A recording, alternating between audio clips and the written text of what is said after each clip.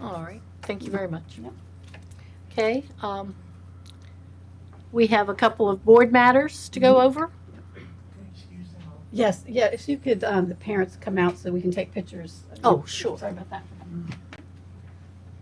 And Ms. Fleming is going to come forward to bring a proposal for an approval of a retention and signing bonus for the next school year. Okay, Good afternoon, once again. Yes, I'm excited to be bringing this initiative toward before you today. In the last year, since we have received all of the CARES funding, we have been talking about what we could do for staff. And one of their goals is to maintain continuity. And one of those things, one way we can do that is to retain the staff that we have and attract good staff, high quality staff. So what we are proposing is that we propose to offer a $2,000 retention bonus to all current employees, existing employees who sign their contract and return to work in the fall. And we are proposing to pay this in 2 installments, one October the 15th and one for $1,000, and then the next $1,000 would be paid on February the 15th. We also would like to propose we're referring to it as an attraction bonus because it's really not a sign-on bonus because you don't get it when you sign a contract, but for all new employees, a total of $1,000 paid the same way, $500 in the fall and $500 in February. We have included this in the grant in the amount of $1.2 million. It has been approved by the Virginia Department of Education. So we are excited to propose this, and we hope that this will, help with retaining some of our staff, if you may be thinking about leaving. We've also, we're proposing to really beef up our teacher salary scale. So we're hoping that this, in addition to that, will really, we won't be looking at so many people leaving this year. The only other thing that I might mention is we are going to tax this at the bonus rate of 22%, which is required by the IRS. But we don't make those rules, so we just follow them. But I do want to, state that. And we will put, Ms. Branch plans to put this, if you approve this today, we would notify employees also with the letter that goes in their contract. So we hope that that will excite people. I have a question. So we do have to tax it, but does it also go in the VRS? No. It does not go towards their No, ma'am. No, retirement. it's truly a bonus. So we don't take anything else out of it. No, ma'am. No, ma'am. And we have an option. We could pay it with their regular paycheck, and then not tax it with the bonus. It gets taxed on their regular tax rate, which could be a little lower than that. But you all know when you file your taxes, it all comes out in the wash. So if you got money back, you might get more money back. If you had to pay, you may have to pay less. But we figured that employees will probably be a whole lot more excited about getting money during a different time period than they're normally getting their paycheck. So at least they will see this and be, like, okay, I've got something extra this month, for my loyalty to Dinwiddie County. And so we hope that at least they will see it that way. And this is 100% grant funded, right? I'm sorry. This is 100% grant Oh, funded. yes, Yeah. sir. 100%. yeah. Yes, Totally grant sir. funded. Yes. So everyone is taxed at 22%, doesn't matter how much they make. That's correct. And it doesn't, and this is for all employees. So the $2,000 is for your cafeteria, your teacher, your custodian, your maintenance, your clerical. It's the same for everyone. Okay. I think they will definitely enjoy that. Yes. Seeing Yes. that We've been trying to, we've been talking about what's the best way to do this, and we really need to retain our staff. So Dr. Weston is big on that, and she really was trying to find something that would help us do that. And we do think that this is an avenue that will help us with that. Any more questions from No, anybody? I think it's a good recognition and a good I don't want to say a pay, but to Okay, retain incentive, employees, to keep yeah. those who've been loyal to us, Yes, that ma'am. we always want to give something and we can't or we couldn't. So I think this is, this would be good for them. Yes, ma'am. So I think we Okay. need to take action on this. Yes, ma'am. Yes. So if, Madam Chair, I move that we accept the retention and attraction, bonus, report coming from Ms. Fleming. I second. Okay. We have a motion to approve the retention and signing bonus. All those in favor, please say aye. Aye. Any opposed? Okay, the ayes have it. Okay. Thank you. Thank you very much. All right, Mr. Atkins, yeah. the next one is the FBLA Apex field trip. Okay, I have two trips. First one is the Apex Entertainment. It's in Virginia Beach. FBLA would like to go on a Saturday, May 21st, as their end of the year trip for all FBLA students. Miss Bailey and Ms. Nivens, there's approximately 32 students. The Apex Center, you may wonder, is kind of like Swaders, but a lot bigger. So they have sports simulators, they have laser tag, they have the bumper cars. So there's a lot to do there. It is located in the Virginia Beach area. The cost is $30, and they will be using public transport, Dinwiddie County public transportation. Okay, And not spending the night. Not spending the night; it'll just be a one-day trip. I move that we approve the FBLA Apex field trip. Second. okay. It's been moved and second to approve the FBLA Apex field trip. All those in favor, please say aye. Aye. Any opposed? Okay, the ayes have it. I think they're going to have more adults probably go. Those are just the two sponsors. All right. The DECA field trip next. Okay, the DECA field trip. This will serve as an end of the year trip, but it's also Six Flags offers a marketing day. This is for all area high schools, Virginia, Maryland area high schools, to come kind of see a behind the scenes, get a behind the scenes tour. They would not use Dinwiddie County school transportation. They're going to use a charter bus, and it is a Thursday. It is May 19th. But DECA would like to take 40 to 50 students that are in DECA to Six Flags and kind of get behind the scenes. That would be like pretty much all morning, and then starting around 1, they would get time to enjoy the theme park. And they come back the same day also. It'd be same day trip. Yeah, they, That's a long day. you know, I met the DECA group in Philadelphia one time when they went there, and the teacher had good supervision, and they were really, you know, proud to see Dinwiddie in Pennsylvania. So, and I think it's a good idea. Now they want to go to Maryland. So, Madam Chair, I move that we approve the DECA marketing trip to Six Flags over Maryland. Okay. It's been moved and second to approve the DECA field trip. All those in favor, please say aye. Aye. Any opposed? Okay, thank you very much. Thank you. Okay. Next on the agenda is the proposed dress code changes. Yes, Madam Chair, I'm going to ask Mr. Garnes if he wants to come up, if in case the board would like to talk about the dress code a little bit this evening, since the class sponsor, or the teacher sponsor isn't with us. So if you're, I guess I should ask you that before just this moment. Thank you, Mr. Garnes. Thank you. So, yeah.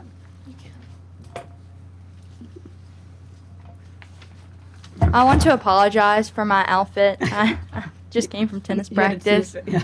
because we didn't have a match, but we had practice. So, It's all good. All right. okay. Okay.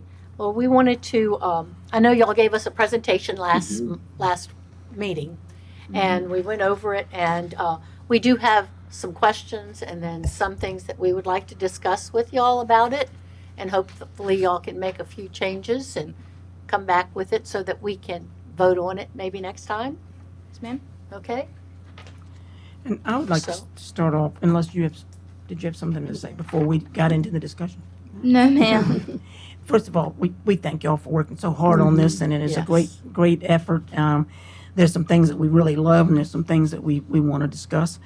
And so I would like to say personally that there's three issues for me that had to do with hats and hoods. Okay. And there are other things in there that I absolutely support. But on the hats and hoods, for me, I'm just one of the five. I do see that as a safety issue. Okay. And that's because we need to see people's faces in person and on the camera, in my opinion. Now, the reason we need to see people's faces, in my opinion, is that we need to know if that person's a student or if they belong in the building or are they an intruder. And it is awfully hard, especially with the hoods. Hats, not so much, but depending on the size of the hat and how you have it on, backwards, forwards, or whatever, it could cover up your face. My second concern is just education in general is, to me, about relationships. So the teacher needs to be able to see your face. They need to know if you're getting what they're talking about. They need to know if you understood. They need to know if you're happy or sad, because when we're teaching you, we need a response and a relationship issue back. So if I can't see your face at all, I'll miss all those clues and those nuances. So that promotes a communication, being you and I being able to talk to one another. And my third concern about hats and hoods is simply that we are trying to teach students all the way through school about life. And in that, there's a difference between how we act and dress and comport ourselves in different situations in life. I can go to the beach in something that I cannot come to this meeting in. And I can go to my job in something that I, couldn't wear to Swaders in the afternoon or to the football game. And so I think it's important for people to learn along the way that there are different ways to dress in different situations. Funerals, churches, jobs, going to my friend's house, to the pool. And there are different things that I can wear and different things that I can do in those situations. So I think that is part of the lesson. We don't have to get real fancy at school, but I do think there are places that you can't wear hats and hoods on jobs, and there are places that hats and hoods you probably shouldn't wear it in court when you're standing in front of the judge and things like that. So I think that's part of the lesson. So for those three reasons, the hat and hood part is a concern to me. I'm very much in support of the drawing with the box, and that is a great way for us to be able to say this is what has to be covered.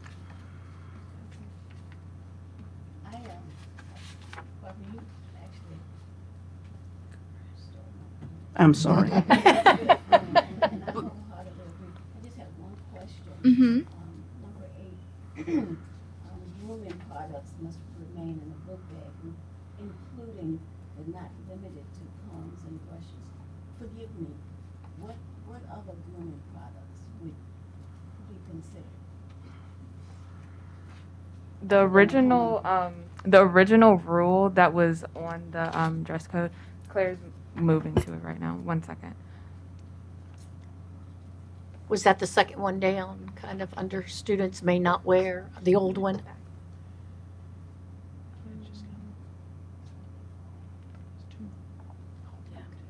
The The following original- items? Okay. Yeah. The Yes. original rules. Oh, what did she say? Yeah, the original. Yeah. Okay. The original rule that was on the dress code was talking about bandanas, do-rags, hair picks, wave caps, large combs, brushes, and rollers. And we felt like if we kept that in the dress code, it was targeting a specific group of students. So we wanted it to be not surface level, but be able to cover everything without directly pointing out a specific group of students. I was thinking do-rags would come under the hats and hoods, but that's not. We ended up moving that to that section. Okay. Yeah. All right. Yes, But ma'am. that's not included, though, is it? when we decided on the hats and hoods and that thing, that's when we would Move incorpor- do-rags over. Yeah, yes, ma'am. But rollers, you're talking, would be included in the, Yes, ma'am. I personally, just coming from a white female's perspective, I did not see anything wrong with this wording until like Jamaica educated me on it. Because, I mean, I don't personally use a hair pick or a wave cap or a large comb and all of that. And so I can see how that could be like derogatory. So that's why we ended up taking it out. Because again, that's the last thing that we wanted to do. and would you consider then the large combs? I mean, that would be just part of combs and brushes. Right. Yes, ma'am. I had a couple issues as well. One, I guess you just brought about the bandanas. What you said that was considered as part of the grooming. That's Oh, well, on here it was, but we were considering bandana, a hat, and a hood. what I would Would you list it though? I would worry about the hat, the bandana, due to gang related activity. Yes, sir. That's something that's been in the past, with the colors and stuff like that for different gangs, both all multicultural gangs. And so I would definitely maybe list that as not being allowed. It would definitely be a good suggestion. For safety reasons and to keep gangs out of our schools. Luckily, we've been lucky and hadn't had much problem with that, and hopefully that'll continue. Another question I had was the strap. Being a father and the strap, a ½ inch, and then 2 inches at the middle school. ½ inch isn't much. That unfortunately most bras are not quite that. I mean they're a little bit longer, wider than ½ inch. If you do want to wear a ½ inch shirt, it is required for you. You would have to wear a strapless bra because you cannot have any undergarments shown. So that's why we felt comfortable using the ½ inch strap, because if you want to wear a shirt that has a ½ inch strap, you have to wear a strapless bra, Yeah. or you will get dress code. But why not leave both of them, all of it as just 2 inches? Yeah, I would like Middle something school more- and high school. I mean, why distinguish the two? We were actually talking about that when we had our meeting with Mr. Walters and Mr. Garnes, and Dr. Weston was there too, and we actually talked about that, and we kept the 2 inches because you have a lot of age levels at the middle school. You have kids coming straight from elementary school because everyone hits puberty differently, and middle schools where kids tend to hit puberty. So we felt like the 2 inches was good because you have some people who want the 2 inches and some don't. But then when you get to high school, you're a little bit more older, you're trying to become more mature, and we thought that it would, give the high schoolers a better, hey, we're going to give you something since you're older. And So, I need to ask, and this is awkward to ask, but if I want to do the ½ inch and you don't want underwear to show, and I agree with that, you mean bra? bra. Yeah, okay. So if there's someone who is larger Yes, and doesn't ma'am. wear a bra, that could pose a problem. Yeah. I will say this too, and I'm going to be very honest. Of course, I didn't know I was going to have to stand up here tonight. Number two. But you look so I did want nice. to be honest, because I want to be honest because I wanted to let them know too. They knew this. That was one of my concerns as Yeah. well. I wanted to be very honest about that. So I definitely understand and respect you as a father. And the main thing for the dress code is that we make sure that we're being gender neutral, across the board. So that speaks to a lot of levels. So my question back to you all is: this something we need to discuss outside of this setting? In another meeting. I don't know. I think it needs more discussion. Yeah, I think Yeah. the purpose now is for you to hear what now that the board's had a chance to hear the presentation, go back and kind of ponder some of it and think through everything, all the unintended consequences of this, with now to provide feedback. And then I don't think they plan to take any action this evening, that Right. we're gonna then meet separately to Right, talk and through I it. understand, Yeah. that part, that they want us to go back, but is there another meeting that should occur? Well, we'll let Dr. Weston spearhead, y'all Yeah. looking back and making some adjustments, and then we'll look at it again and decide if we can vote on it. The reason I'm saying that because of open board setting, I know there may be questions. that we That's just the don't wanna purpose, to go be through. transparent in the Right. conversation. Yeah. Right, I understand. that. And I we wanna can't make sure really that meet it's in a clear. closed session Right. to Yeah, discuss do that. this. Right, okay, I wanna be clear, because I know some people may not be comfortable asking Mhm. questions that they really want to Yeah. ask. Well, Referring to what Ms. Pittman said, when we had our presentation with the high school teachers to get their feedback and to show them, because when we proposed this idea, there were some teachers that were like, "What are y'all doing?" Like they were like questioning it. So we had our we shared the presentation that we shared to y'all with the teachers. We let them know this isn't like approved, but this is what we want to go to the board. Any feedback would be like greatly appreciated. And also we did it to like show the teachers from the meetings leading forward that they were all invited to what the final result was. And actually one of the comments that we got was from a teacher referring to what Ms. Pittman just said, a bra. Me and Jamaica felt that it wasn't really our place to put in there. Females must be required to wear a bra. Well, you can't. Yeah. So, So we will take all these questions I also and think, recommendations and thoughts. when we have dances, they're an extension of the school. Mhm. And I think our young people do a great job. And sometimes they come strapless, but they do a great job dressing appropriately so that it, I mean, for the high school, is what I'm saying. So. Yeah.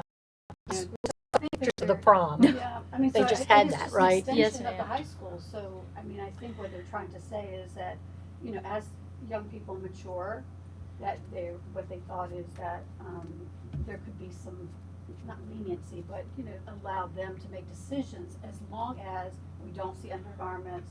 And they do a really great job at that. We don't even have to tell them how to dress. I mean, they do a wonderful job. And they have the spaghetti straps, or they have the, but I think they're I think our problem is just in school, it might be easier to keep it either 1 or 2 inches and just make it, that Uniform. for, Yeah, uniform always. Uniform. If it didn't matter, and I get what you're saying, that is an extent. The stretchy a tube top? tube top would qualify That's under right. this. no. No, No. ma'am. A tube top has no straps, and in the presentation, It has you're to have a required strap. to have a strap, whether Or that's half inch. Okay. either half inch or more, or an off the shoulder shirt. We're allowing that because that has a sleeve. Because a strap, with the definition of a strap is being able to hang the piece of clothing on a hanger, and the off the shoulder shirt, it has a sleeve. It just comes down And, over the and up shoulder. here, yeah. And then I've got an issue that I was kind of concerned about. Yes, ma'am. Let's see, the shoes. The shoes. Where's that one? the bedroom. Is All it shoes- 9? All Where's- shoes must or 5. All shoes Oh, must yes. contain a sole and cannot contain wheels, also known as heelys. When you're saying all shoes must contain a sole, I know bedroom slippers do contain soles. There are a lot of bedroom slippers. My husband has, slippers. She has, lots of people have bedroom slippers that have soles that they can walk outside with. So do we want to not be able to allow them to wear bedroom slippers? And I think that was one of the things that was in, the old dress code. Bedroom slippers or shoes with heels, known as heelys, are not allowed. And to me, I think you almost have to specify that it has a sole, but it can't be a bedroom slipper. And then also, are we talking flip-flops are okay or not okay? Do you want to take it? Yeah. So flip flops would be okay because they do have a sole, and we weren't talking about flip flops in this specific rule. With the bedroom slippers, though, there's a specific brand that a lot of people at the high school wear. Maybe at the middle school too. The UGG bedroom slippers. I'm not particularly sure if they're classified as bedroom slippers, but you can see that they can be worn in both environments, outside and indoor. So with those, we didn't want to outright ban them because they are multi-purpose shoes. The Uggs would be, yeah, I Yeah, think the Uggs so. would be. But I'm just talking about like, Where you the male know, baby moccasin slippers- type, the male, you know, puffy big slippers that Shoes. kids wear. that they can wear, and even women, they have little slippers, but, you can wear them outside and inside. So, that's, That was also one of the reasons why we marketed for outside and inside. Then we were like, we didn't really see the problem with it. Also, we also wanted to keep it inclusive for everybody because not a lot of kids get the opportunity to have as many shoes as possible. So if you're getting rid of one amount of shoes, that might not be, if you get what I'm saying or trying to say, because we have like a lot of financial differences in this county, and that was one of the other big reasons why we wanted to do this new dress code, because clothes are getting really expensive, and we see it a lot. I personally see it a lot at our school, and so we just didn't want that that barrier of like one less thing that you can wear to school. Stop a kid. Well, I used to think that, flip-flops and slides, in some cases are dangerous because of the doors, those big old fire doors opening across people's feet and whatever. But that could happen on a shoe that's Anything, just yeah. made out of Nylon. nylon or something. So it could happen anyway. And I also We kept in there number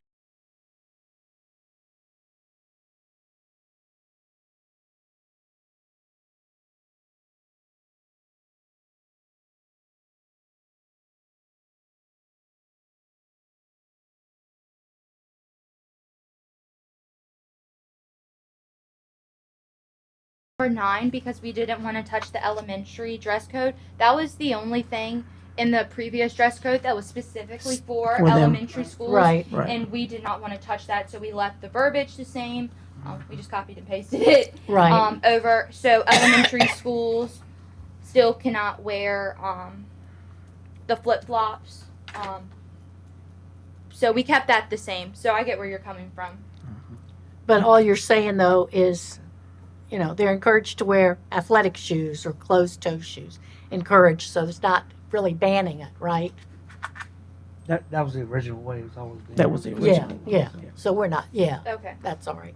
All thing else I guess I would say is and I understand the reasoning behind it, but at the same time, especially my background is it's kind of the dress code's too broad. Okay. Gotta be some specifications for it. Can't speak that. That because no offense, give anybody an inch, you're gonna take a mile. Just human nature. So we need to be a little more specific about it. Just so it doesn't get taken advantage of either way, by administration or by students, either way. So that way we can know it's in black and white. We can read it and say, hey, this is part of the dress code. Which I know in the past it has been very Do you specified have, like, for that reason. A specific section Um, that stands out for you? just like in general, because when we talked about bandana and stuff like that, that wasn't listed, and like you just saying, they're just these two items. Okay. But you need to put it all out there for that reason, so people can fully understand what is considered this, what is not considered this. You could say some verbiage like such and such, but not limited to, Yeah. so that you don't have to list everything. We do reference the gangs in number 2, Yes, ma'am. Right. so it could just be the way we word it. So anything that would signify a gang. And I think part of being it goes back to being gender neutral is so it was, because before it was heavily about females, a lot of females, and a lot of times it was about black females, is what what we when we kind of tore it apart, it just seemed like it was really about certain groups of people versus, like, we just went up about kids.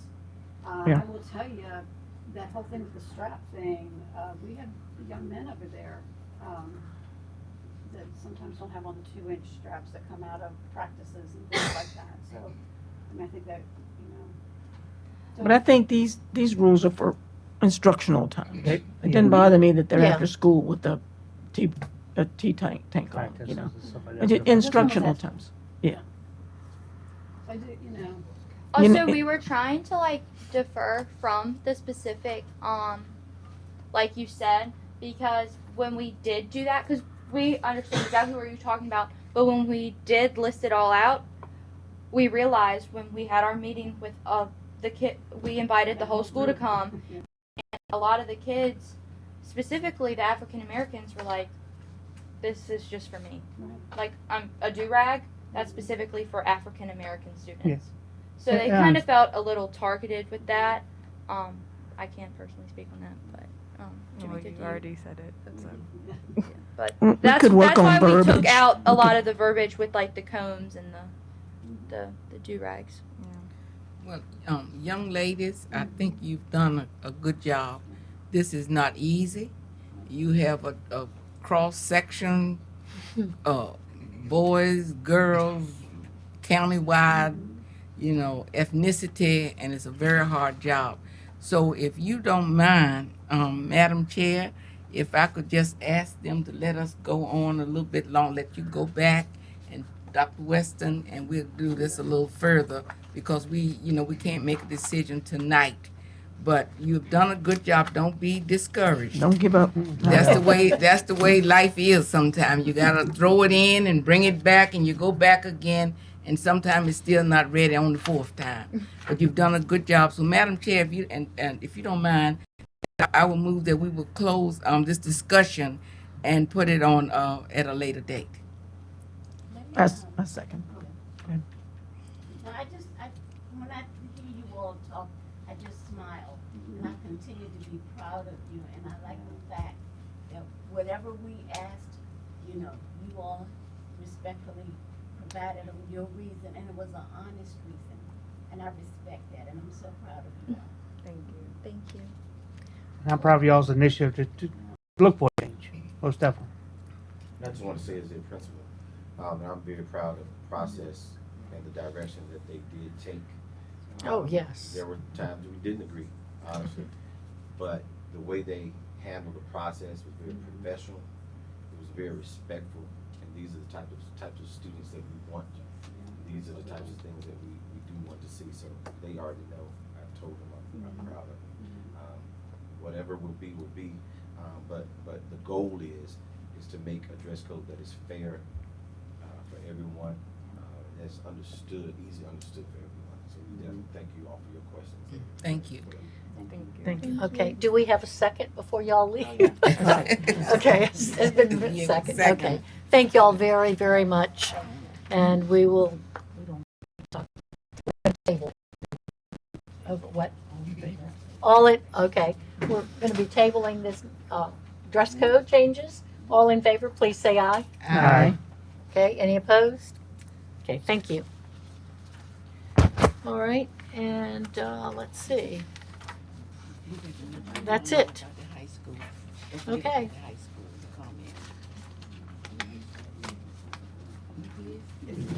Anything else that anyone has? Any of the board members have to bring up?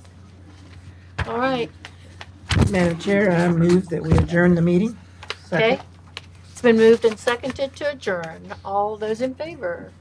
Aye. Aye. Okay, the meeting is now adjourned.